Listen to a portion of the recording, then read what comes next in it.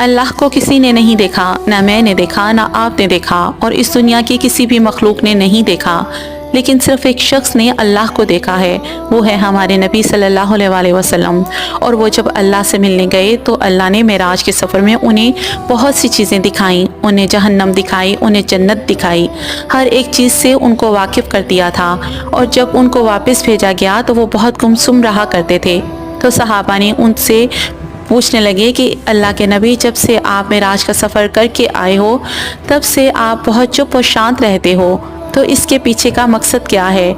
तो उन्होंने कहा कि मैं जब कुछ नाफरमानों को देखता हूँ, उन लोगों को देखता हूँ जो गुनाहों में मुब्तला हो रहे हैं, अगर मैं उन्हें बता दूँ कि मैं कैसी कैसी जहन्नम देख कर आया हूँ तो ये अपने मुर्दों को भी दफनाना छोड़ दें।